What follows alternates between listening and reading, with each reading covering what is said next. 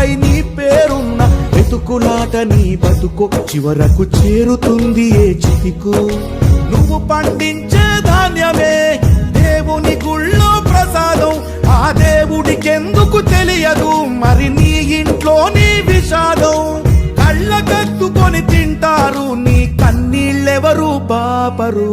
రైతు రైతు రైతో పాడుగాను నీ రాతో, మెతుకు మెతుకుపై నీ చెమటున్న వెతుకులాట నీ బతుకు చివరకు చేరుతుంది ఏ చితికో.